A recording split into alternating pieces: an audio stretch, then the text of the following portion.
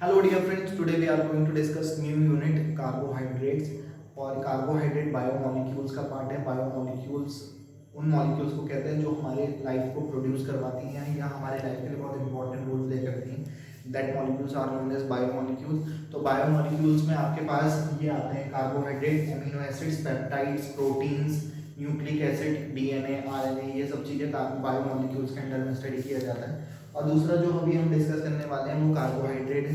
Carbohydrate के बारे में आप लोग सब जानते हैं, मैं थोड़ा सा इसको एक्सप्लेन करता हूँ। तो जो सबसे पहले आपका ये जो कार्बोहाइड्रेट वर्ड जो है वो आपका दो वर्ड से बना है। एक तो बना है आपका कार्बन से और दूसरा बना है हाइड्रेट। हाइड्रेट का मतलब होता है वाटर, H2O से मतलब। तो इसके बेसिस पर इसकी जो डेफिनेशन होती है वो ये हो जाती है कि those organic compound which whose general formula is CnH2O का whole n। Those organic compound whose general formula is CnH2O whole n is called carbohydrates। तो जिनका जनरल फॉर्मूला ये होता है वो कार्बोहाइड्रेट्स कहलाते हैं, एक डेफिनेशन। दूसरी, अगर मैं n की वैल्यू यहाँ पे 1 लगाता हूँ, n की वैल्यू अगर मैं यहाँ 1 पुट करूँ तो इसका जो जनरल फॉर्मूले से जो फॉर्मूला बनने वाला है तो ये फॉर्मूला बनेगा C1H2O का होल 1 या फिर आपके पास CH2O या फिर HCl, जो कि अपने आप में एक फॉर्मल्डिहाइड है, एक एल्डिहाइड है और ये कोई कार्बोहाइड्रेट नहीं होता है। तो आपका पास ये जनरल फॉर्मूला तो है लेकिन ये n इक्वल टू 1 2 के लिए सेटिस्फाइड नहीं करता। तो यहाँ पर n की वैल्यू 3 से बड़ी होनी चाहिए। आपके पास n की वैल्यू या तो 3 लेनी होगी आपको या n की वैल्यू 3 से बड़ी लेनी पड़ेगी। अगर आप n की वैल्यू 3 लेते हो तो आपके पास ये बनेगा C3H2O का होल थ्राइस, जो कि आपके पास C3H6O3 इस तरीके से बनेगा, जो कि अगर मैं इसे इस खोल के लिखें तो ये कुछ आपको इस तरीके से दिखाई देगा CHO, CHOH और CH2OH। और ये जो आपका बनेगा वो है आपका ग्लिसरॉल्डिहाइड। तो ये आपका ग्लिसरॉल्डिहाइड है, ग्लिसरॉल्डिहाइड है और ये आपका एक कार्बोहाइड्रेट है। तो कार्बोहाइड्रेट की एक डेफिनेशन तो ये हो गई कि those organic compound whose general formula is this and whose the value of n should be greater than और equal to 1 and greater than और इक्वल टू 3, तब जाकर के ये कहीं कार्बोहाइड्रेट को एक डेफिनेशन हो गई। दूसरी डेफिनेशन ये है दोज बायोमोलिक्यूल्स और organic compound which produces energy in our body. ऐसे ऑर्गेनिक कंपाउंड जो हमारी बॉडी को एनर्जी प्रोड्यूस करते हैं वो हमारे कार्बोहाइड्रेट कहलाते हैं। एक्चुअली कार्बोहाइड्रेट हमारी बॉडी को एनर्जी प्रोड्यूस करते हैं। हम कुछ खाना पीना खाते हैं, फूड लेते हैं, प्लांट्स खाते हैं, फ्लैश खाते हैं, तो उनसे हमें कहीं ना कहीं एनर्जी प्रोड्यूस होती है, वो हमारी बॉडी को एनर्जी प्रोड्यूस करते हैं।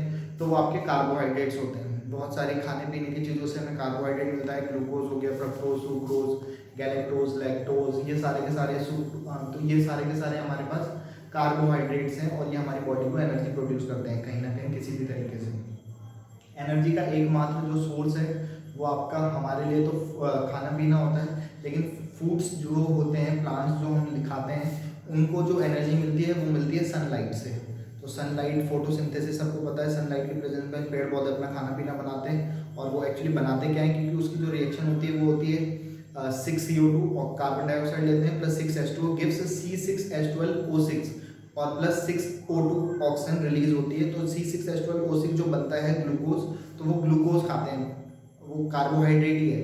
वो कार्बोहाइड्रेट वो अपने लिए बनाते हैं और हम उसे खा लेते हैं, फिर हम अपनी बॉडी बनाते हैं। तो वो हमारे लिए एनर्जी इस तरीके से प्रोड्यूस करते हैं। और वो जब हमारी बॉडी को एनर्जी प्रोड्यूस करते हैं तो वो कार्बोहाइड्रेट्स हैं। और मतलब मैं एक बात बस ये कहना चाह रहा था कि हमारी पूरी दुनिया में जो एनर्जी का एकमात्र सोर्स है वो सनलाइट है। तो सनलाइट से ही सब कुछ चलता रहता है। तो एक डेफिनेशन तो ये जनरल फॉर्मूले वाली हो गई। दूसरी डेफिनेशन मैंने कहा वो कंपाउंड जो हमारी बॉडी को एनर्जी प्रोड्यूस करते हैं। तीसरी डेफिनेशन ये हो गई कि ऐसे ऑर्गेनिक कंपाउंड जो कार्बन, हाइड्रोजन और ऑक्सीजन से बने होते हैं वो आपके कार्बोहाइड्रेट कहलाते हैं। Those organic compound which are made up of carbon, hydrogen and oxygen known as carbohydrates. तो कार्बोहाइड्रेट की मैं आपको 3 डेफिनेशंस बोल चुका हूँ और 3 डेफिनेशंस के बेसिस पर आपको कार्बोहाइड्रेट समझ आया होगा।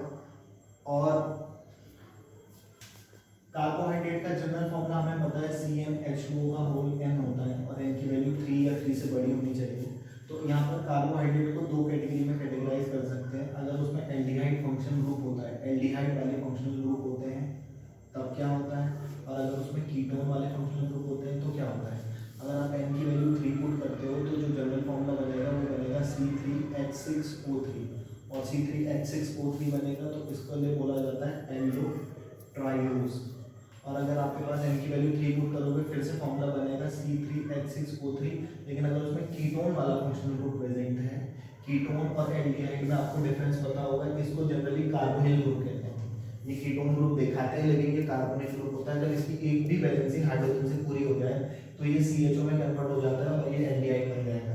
मतलब अगर इस कार्बोनिल ग्रुप की एक भी वैलेंसी H से पूरी हो गई तो ये एल्डिहाइड, और दोनों वैलेंसी अगर एल्काइल ग्रुप से पूरी होती है या एराइल से, तब ये कीटोन बनता है। तो अगर इसमें कीटोन वाला फंक्शनल ग्रुप होता है तो इसका नाम हो जाता है कीटो ट्राइओस। ट्राई वर्ड यहाँ पे N=3 के लिए यूज कर रहे हैं, और ट्राइओस कीटोन फंक्शनल ग्रुप है, 3 नंबर ऑफ कार्बन के लिए रिप्रेजेंट कर रहे हैं।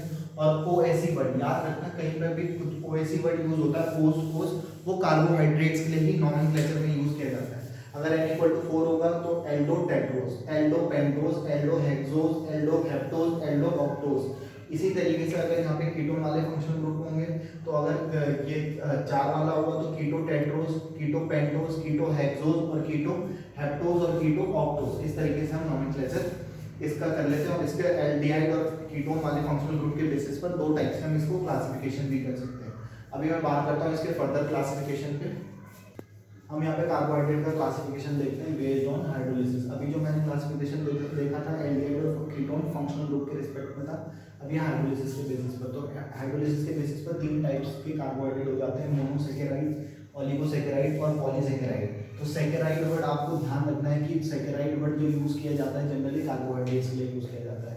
तो हाइड्रोलिसिस के बेसिस पर मोनोसैकेराइड वो होते हैं जिनका हम हाइड्रोलिसिस करते हैं, वाटर से रिएक्शन कराते हैं, तो कोई भी हाइड्रोलिसिस नहीं होता। मतलब वो सबसे छोटे कार्बोहाइड्रेट है जो फर्दर छोटे कार्बोहाइड्रेट्स में ब्रेक नहीं होते हैं, तो उनको आपका मोनोसैकेराइड्स बोला जाता है। फॉर एग्जांपल आपका हो गया ग्लूकोज,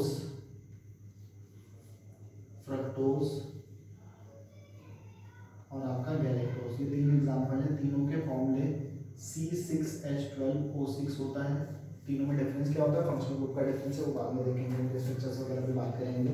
फिलहाल ग्लूकोज, फ्रक्टोज, गैलेक्टोज इनके 3 एग्जांपल्स हो गए। ओलिगोसैकेराइड वो होते हैं जिनका हाइड्रोलिसिस करने पर 2 या 2 से ज़्यादा आपके कार्बो मोनोसैकेराइड के यूनिट्स मिलती हैं। Those carbohydrate which gives 2 or more than 2 units of monosaccharides on hydrolysis called oligosaccharides। तो इसमें 2 टाइप के या 2 से ज़्यादा डाइसैकेराइड आता है। एक आपका आता है ट्राइसैकेराइड और एक आता है टेट्रासैकेराइड। टेट्रासैकेराइड के बारे में भी डिस्कशन करते हैं। तो डाइसैकेराइड वो होते हैं जिनका हाइड्रोलिसिस करने पर आपके पास 2 मोल्स ऑफ मोनोसैकेराइड मिलते हैं। 2 मोल्स ऑफ मोनोसैकेराइड। मोनोसैकेराइड के जब 2 मोल्स मिलते हैं उन्हें कहते हैं आपका डाइसैकेराइड। इसमें जो एग्जांपल्स आता है उसमें आता है सुक्रोज, लैक्टोज और एक और आता है माल्टोज। तीनों का फॉर्मूला C12H22O11। तीनों में फंक्शनल ग्रुप और उनके स्ट्रक्चर में डिफरेंस है। बाकी हाइड्रोस, ग्लूकोज, फ्रक्टोज, गैलेक्टोज, ठीक है। तो ये 3 आपके डाइसैकेराइड के एग्जांपल हो गए। ट्राइसैकेराइड में एक एग्जांपल आता है जिसका हाइड्रोलिसिस करने पर those carbohydrate which gives 3 moles of monosaccharide, जो मोनोसैकेराइड के आपके 3 मोल्स देता है आफ्टर हाइड्रोलिसिस कॉल्ड ट्राइसैकेराइड। इसमें एक एग्जांपल आता है रेफिनोज। रेफिनोज का एग्जांपल C18H32O16, ये इसका एग्जांपल है। रेफिनोज इसका फॉर्मूला है। पॉलीसैकेराइड उन्हें कहते हैं जिनका हाइड्रोलिसिस करने पर n मोल्स ऑफ मोनोसैकेराइड मिलते हैं। मोनोसैकेराइड के n मोल्स मिलते हैं। n क्या होता है, यहाँ पे n मोल है तो आपके पास n की वैल्यू मोर देन 10 या 10 से बड़ी होनी चाहिए। आपके पास कम से कम मोनोसैकेराइड के 10 यूनिट्स मिलनी चाहिए, तब जाकर के उसे आप पॉलीसैकेराइड की कैटेगरी में कहते हैं। और इसमें 2 एग्जांपल चलते हैं मेनली, स्टार्च और आपका सेल्यूलोज। बाकी हम इनके स्ट्रक्चर्स वगैरह की बात करेंगे तो देखेंगे। फिलहाल यही सब आपकी पूरी यूनिट में चलना है। आई प्रॉमिस यू कि इस पूरे चार्ट के अलावा कुछ भी एक्स्ट्रा इस यूनिट में नहीं आने वाला। इसी से रिलेटेड हम उनके स्ट्रक्चर्स, उनकी प्रॉपर्टीज़ पे बात करने वाले हैं। और ये इसी के साथ मैं ये फर्स्ट वाले पार्ट को ख़त्म करता हूँ और नेक्स्ट पार्ट में आपसे और टॉपिक्स पे बात करते हैं, डिस्कस करते हैं। फिलहाल तब तक के लिए जी लो अपनी ज़िंदगी। नेक्स्ट वीडियो में भी आप लोगों का have a good day, goodbye, good night, शुभ रात्रि।